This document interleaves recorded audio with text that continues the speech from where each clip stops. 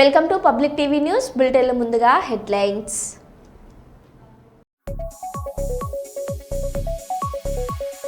తెలంగాణలో మొదలైన సరస్వతి పుష్కరాలు.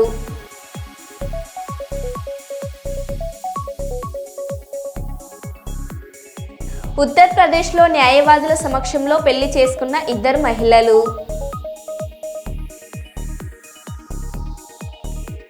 మెడికల్ కాలేజ్ క్యాంటీన్ రాజుకుంటున్న వివాదం.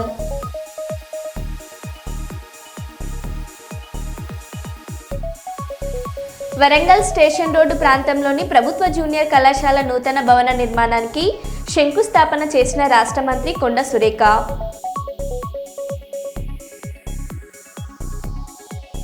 ప్రైవేట్ గుండాల పర్యవేక్షణలో జరిగిన పర్యావరణ ప్రజాభిప్రాయ సేకరణను తక్షణమే రద్దు చేయాలి డివైఎఫ్ఐ.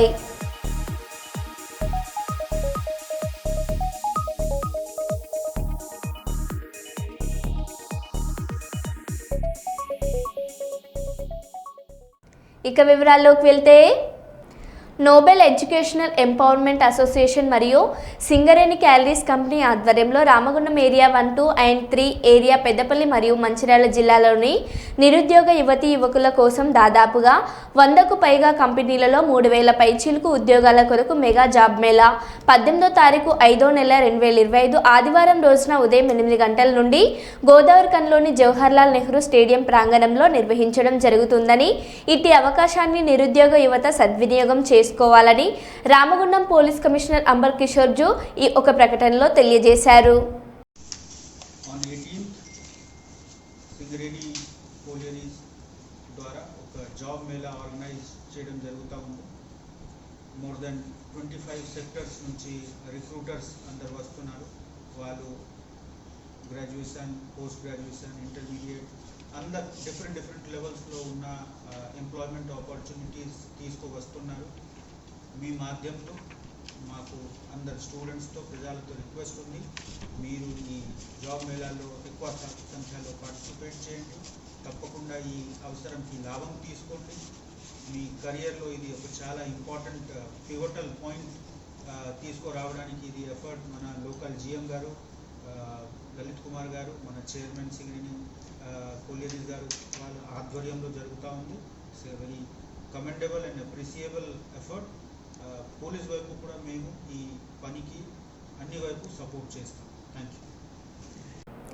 కర్నూలు జిల్లా గొందిపర్ల గ్రామంలో ఉన్న టీజీవీ SRAACL పరిశ్రమ విస్తరణ కోసం తయారు చేసిన ముసాయిదా పర్యావరణ ప్రభావ అంచనా నివేదికను సవరించాలి. ఈ ముసాయిదాలో కంపెనీ వారు PTFE, CPVC తయారీలో ఎలాంటి రసాయనాలు వాడుతున్నారు అనేది లేదు అని డివైఎఫ్ఐ జిల్లా కార్యదర్శి నగేష్ తెలిపారు. అలాగే గాలి, నీరు, భూమి ఏ విధంగా పొల్యూషన్ అవుతుందో, పొల్యూషన్ నివారణకు ఎలాంటి చర్యలు తీసుకున్నారు అనేది నివేదికలో లేదు. అలాగే ప్రజలు అభిప్రాయ సేకరణలో పాల్గొనడానికి వస్తే ఉదయం 10 గంటల నుండి పోలీసులు మొత్తం ప్రైవేట్ గుండాల చేతికి వదిలేసి చోద్యం చూస్తున్నారు. కర్నూలు నగరంలో కూడా మేము ప్రజా సంఘాలుగా సిద్ధంగా ఉన్నామని చెప్పి ఈ సందర్భంగా చెప్పదలుచుకున్నాం. అందుకోసమే మేమేదో ఒక పరిశ్రమ పెట్టడానికి వ్యతిరేకం కాదు. మేమంతా కూడా ఇట్లాంటి గ్రామాలకు ఒకటి పరిమితం కాదు. కర్నూలు నగరంలో ఉన్నటువంటి 6 లక్షల జనాభాకి కలెక్టర్ కార్యాలయం ముందు ప్రజాస్వామ్య సంఘాల ఐక్య వేదిక ఆధ్వర్యంలో ధర్నా నిర్వహిస్తున్నాం. కారణం ఏమిటంటే, గొందిపర్ల గ్రామంలో గ్రామ పొలిమేర్లో టీజీవీ సంస్థ వాళ్ళు ఆల్కాలిస్ సంబంధించినటువంటి పరిశ్రమ, మరొక పరిశ్రమ అంటే విషతుల్యమైనటువంటి పరిశ్రమను స్థాపించబోతున్నారు. అందుకోసం 14వ తారీఖున ప్రజాభిప్రాయ సేకరణ జరుగుతుంది. దానివల్ల వచ్చేటువంటి అనర్థాల గురించి ఇప్పటి వరకు పొల్యూషన్ కంట్రోల్ బోర్డు ఏమాత్రం కూడా ప్రజలకు వివరించింది లేదు. ప్రజలకు కనీసం సమాచారం కూడా ఇచ్చిన పరిస్థితి లేదు. ఏకంగా వాళ్ళకు ఉండేటువంటి పలుకుబడితోని 14/5/2025న రేపు ప్రజాభిప్రాయ సేకరణ పెట్టాడు. దీనివల్ల అక్కడ ఇప్పటికే ఆల్కాలిస్ పరిశ్రమ వల్ల రోగాల బారిన పడుతున్నటువంటి పరిస్థితి ఉంది. అక్కడ నీళ్ళన్నీ కూడా పొల్యూషన్ అయినటువంటి పరిస్థితి ఉంది.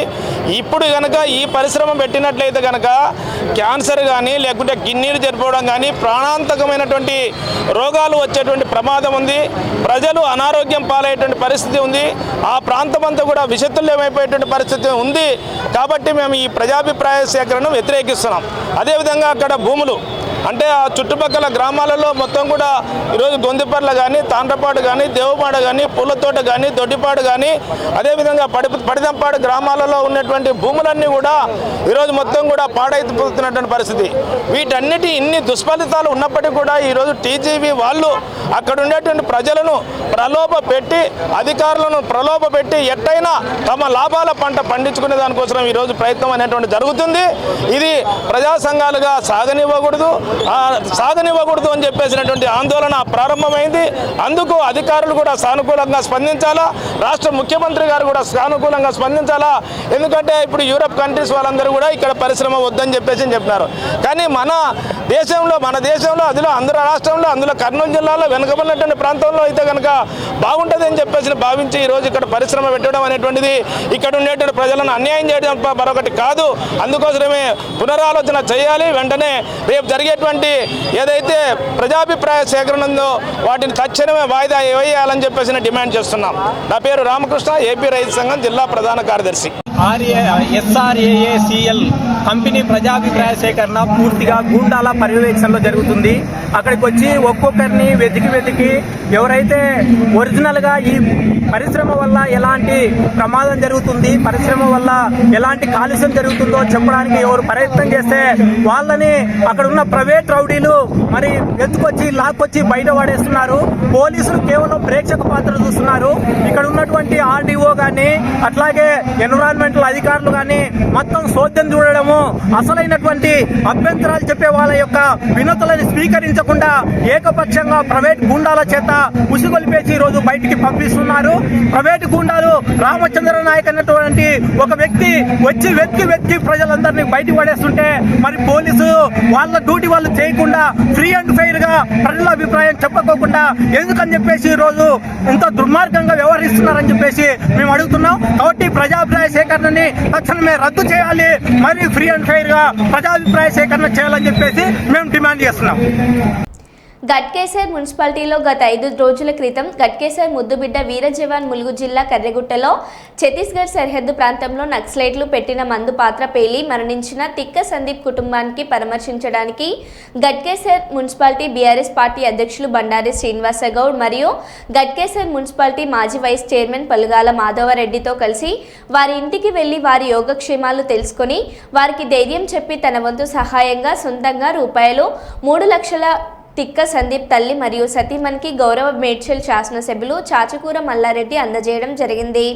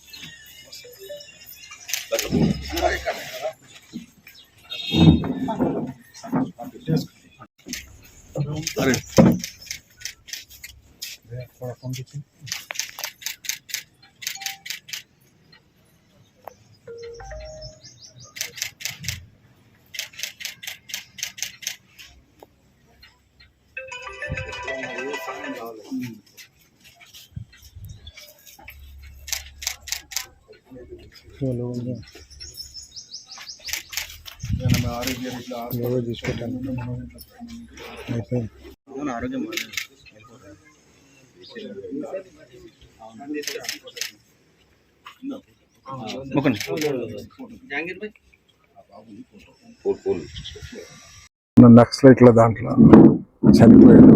చాలా బాధాకరం. వాళ్ళు ఇట్లా గట్కేసర్ నివాసులు, పూర్వం సంది కూడా వాళ్ళు ఇక్కడనే ఉంటారు. చాలా అంటే చాలా బాధాకరం. వాళ్ళ భార్య కూడా పాపం MSc చేసింది. తప్పకుండా సీఎం గారు కూడా ఆమెకు మంచి జాబ్ ఇస్తారు, గవర్నమెంట్ జాబ్ ఇవ్వాలి. తల్లికి కూడా ఏదో కమిషనర్ ఆఫీస్లో చేస్తుంది, అది కూడా చేసి వాళ్ళ తమ్ముడు కూడా ఇదే ఉన్నాడు, వాళ్ళకు కూడా జాబ్ ఇప్పిస్తే బాగుంటుంది. తప్పకుండా గవర్నమెంట్ కూడా సపోర్ట్ చేస్తారు. నేను కూడా నా ఆర్థిక సాయంతో 3 లక్షల రూపాయలు ఈరోజు వాళ్ళకి ఇచ్చిన. ఇంకా ఏ ఇబ్బంది వచ్చినా ఏది వచ్చినా వాళ్ళకి నేను ఎప్పటికీ ఎమ్మడి ఉండి ఓ ఫాదర్ లెక్క నేను చూసుకుంటాను కూడా. తిక్క సందీప్ గారు నక్సలైట్ల కాల్పులో మరణం చెందడం జరిగింది. అతని మరణాన్ని ఇక్కడ ఉన్న మున్సిపాలిటీ ప్రజలందరూ కూడా అన్ని పార్టీలు కూడా అతను సంఘీభావం తెలిపి సంతాపం కూడా మనం తెలిపేయడం జరిగింది.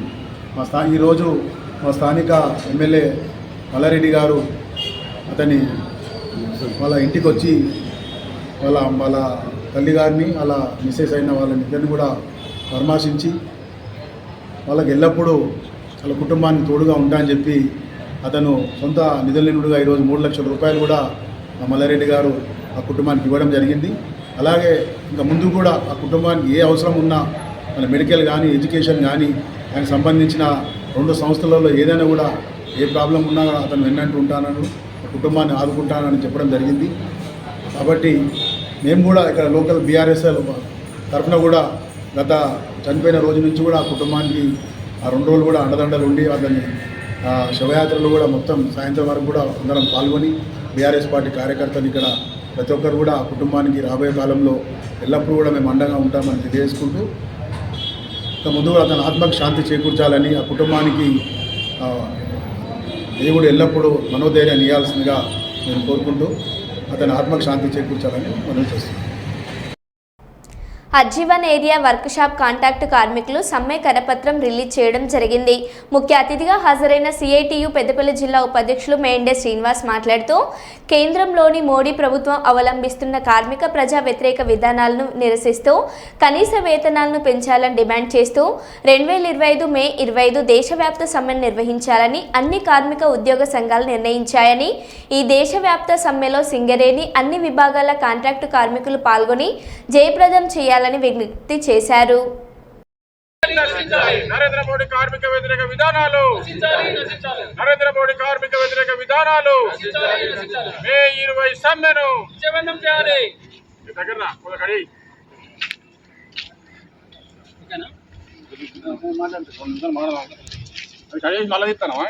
లేదు, అదే కంటిన్యూటీలో పెట్టినా కట్టేయాలా. ఓకే. సింగరేణి కాంట్రాక్ట్ కార్మికులంతా మే 20న సమ్మె చేయబోతా ఉన్నారు.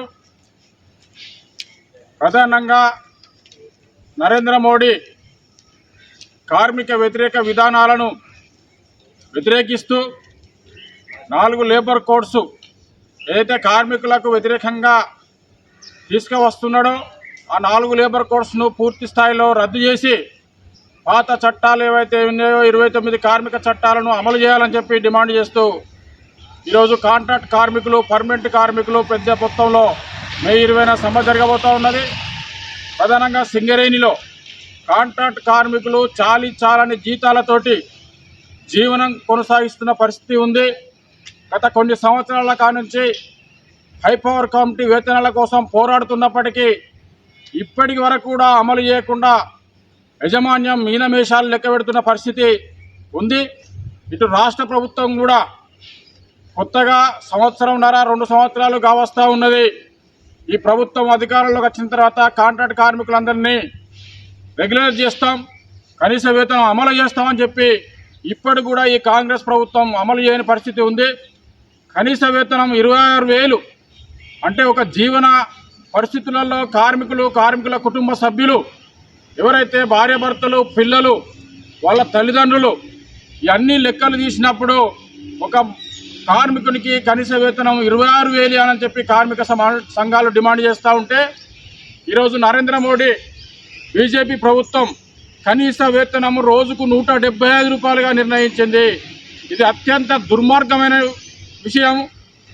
కనీసం మనిషి బతకడానికి, బట్ట కట్టుకోవడానికి, అన్నం తినడానికి, తిండి గింజలు సామాగ్రి కొనుక్కోవడానికి ఈరోజు లెక్కలు వేస్తే 26,000 కనీసం ఇస్తేనే మనిషి బతికే పరిస్థితి ఉంది.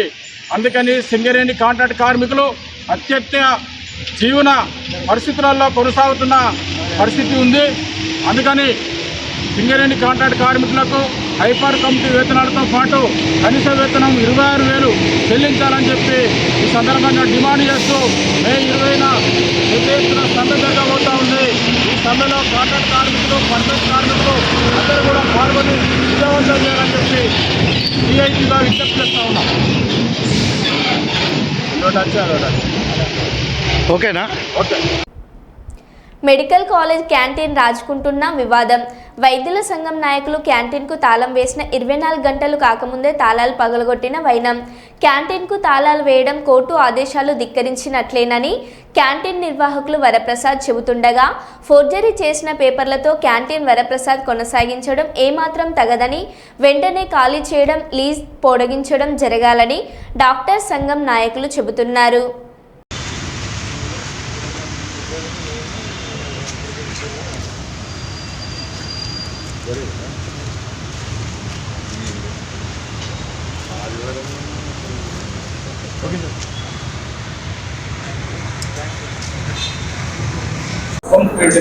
Kurnool unit president doctor P Brahmaji master నేను.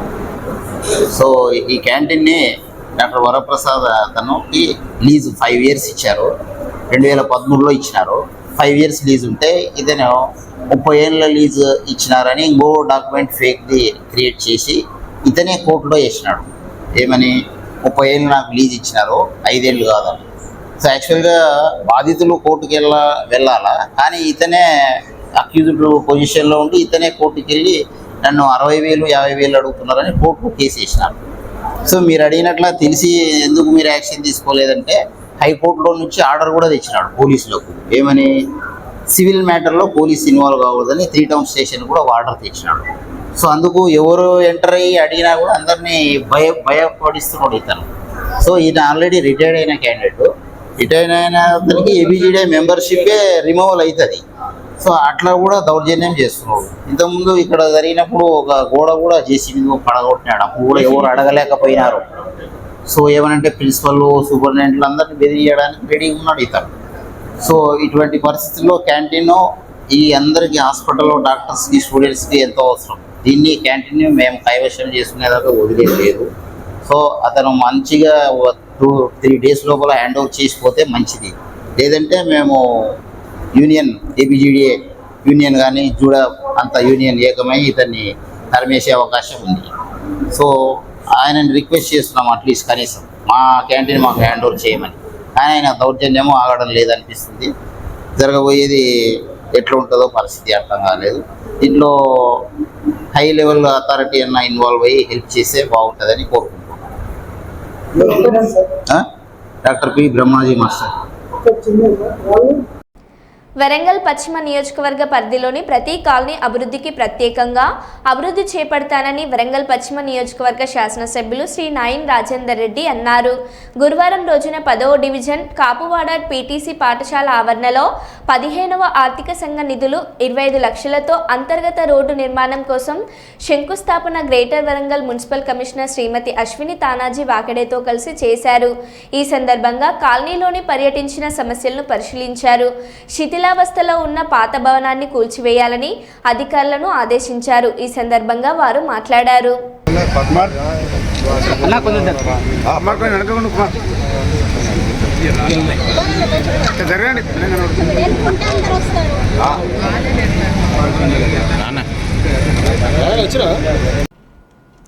ఉత్తరప్రదేశ్లో న్యాయవాదుల సమక్షంలో పెళ్లి చేసుకున్న 2 మహిళలు తమకు పురుషులు అంటే ఇష్టం లేదని 3 నెలల నుండి కలిసి ఉన్నామని పెళ్లి చేసుకున్న 2 మహిళలు బదాయి కోర్టు ప్రాంగణంలోని శివాలయంలో దండలు మార్చుకొని పెళ్లి చేసుకున్న 2 మహిళలు.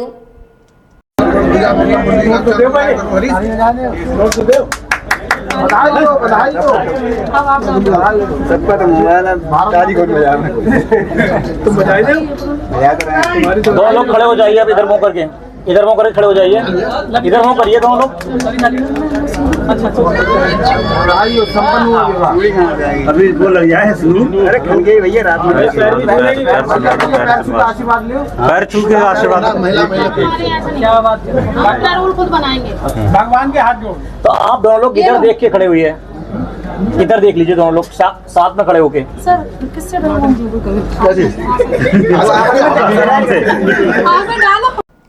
మారుతున్న పరిస్థితులకు అనుగుణంగా విద్యార్థులను సిద్ధం చేయాలని, ఉపాధ్యాయుల చేతుల్లోనే విద్యార్థుల భవిష్యత్తు ఉంటుందని మంత్రివర్యులు సీతక్క అన్నారు. బుధవారం గోవిందరావుపేట మండలం చల్వాయి మోడల్ స్కూల్లో, అదేవిధంగా జిల్లా పరిషత్ పాఠశాలలో ఉపాధ్యాయులకు గత 2 రోజులుగా నిర్వహిస్తున్న శిక్షణ తరగతులను పరిశీలించారు. ఈ సందర్భంగా మంత్రివర్యులు సీతక్క మాట్లాడారు. రకంగా నేను పునాది పడడానికి నాకు సాంబయ్య సార్ మా ఊర్లో, అంటే వాళ్ళ వేరే ఊరు, కానీ రోజు వచ్చి సైకిల్ మీద వచ్చి మాకు బడి చెప్పేది. వారు ఎప్పుడు కూడా మా జీవితంలో గుర్తుంటారు, కానీ ఇప్పుడు లేరు. సో మా గురువు గారికి మీ అందరి ముందు పాదాభివందనాలు. నేను లాయర్ కావాలనుకున్నా. సో 10th అయిపోగా నక్సలేట్ అయినా. తర్వాత మళ్ళీ బయటకు వచ్చినాక నేను నా యొక్క టార్గెట్ను రీచ్ కావాలని మళ్ళీ లా ఎంట్రన్స్ రాసి ఎగ్జామ్లో పాస్ అయ్యి మంచి ర్యాంకు తెచ్చుకొని లాయర్గా పనిచేస్తూ ఏదైతే నేను కోర్టులలో కేసులు తిరిగి ఉన్నానో అదే కోర్టులో ఏ లాయర్ అయితే నా కేసులు ఆర్గ్యుమెంట్ చేసిండో అదే అడ్వకేట్ దగ్గర జూనియర్గా జాయిన్ అయ్యి అదే కోర్టులో నా కోర్టుకి అదే జడ్జి ముందు వరంగల్ కోర్టులో లాయర్గా వచ్చిన. అది నా first dream. I reach that. After నేను మళ్ళీ ఎమ్మెల్యే ఎక్కడైతే తిరిగినో గన్ పట్టుకొని మీరు చెప్తున్నారు వాళ్ళు నేర్చుకుంటున్నారు కదా.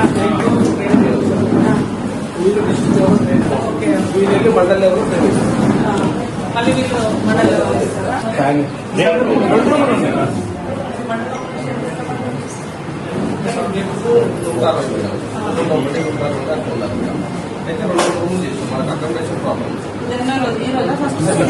చేయగలుగుతారని నేను భావిస్తా ఉన్నాను. సో ఈరోజు మరి ఇక్కడ క్లాసెస్ జరుగుతున్నాయని ఈరోజు పేపర్లో చూసాను. నాకు వాస్తవంగా మన వాళ్ళు కూడా చెప్పలేదు. సరే మా టీచర్లు అందరు ఇక్కడ ఉంటారు, వాళ్ళకి ఎట్లా జరుగుతుందో ఒకసారి చూద్దామని ఇక్కడ రావడం జరిగింది. మీ అందరికీ కూడా అభినందనలు. బాగా తీర్చిదిద్దండి. మన స్టేట్లో ఈసారి ఇంటర్ సెకండ్ ఇయర్లో మన ఇంపార్టెన్స్ తెలియజేయడం కానీ దాని మూలంగా ఇవి సాధించడం జరిగింది. మీ అందరినీ అభినందిస్తూ ఎప్పుడు నిత్య విద్యార్థిలాగా నేను ఉండడానికి ఎప్పుడు ఇష్టపడతా. నేను కూడా ఈ మధ్యలో మళ్ళీ డబుల్ పిహెచ్డి కోసం ఎంట్రన్స్ కూడా రాయడం జరిగింది. అయిపోయింది డబుల్ పిహెచ్డి కోసం. సో కాబట్టి మనం నేర్చుకునేది ఎందుకంటే నలుగురికి జ్ఞానాన్ని పంచడం. మనం ఏం ఆస్తులు అంతస్తులు సంపాదించింది మనతోటి ఏది వస్తుంది ఏది రాదు ఏది పోదు అనేది తెలియదు. కానీ చదువు అనేది చాలా పెద్ద అసెట్ మనకు. మనం నేర్పిన వాళ్ళు గొప్ప. మీరు ముఖ్యంగా టీచర్ అనే వాళ్ళు ఎప్పుడు నేర్చుకోవడంలో నిమగ్నమై ఉండాల్సిందే. మనం నేర్చుకుంటేనే పిల్లలకు మంచి, వాళ్ళ ముంగట కూడా ఫెయిల్ అయ్యే పరిస్థితులు, అప్పుడు గౌరవాన్ని కూడా కోల్పోతాం.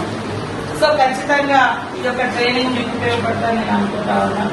ఇప్పటికీ ఐఏఎస్ కానీ ఐపీఎస్ కానీ డెహ్రాడూన్ వెళ్ళి మరి 3-4 days 25 days వాళ్ళు క్లాసెస్ తీసుకుంటారు.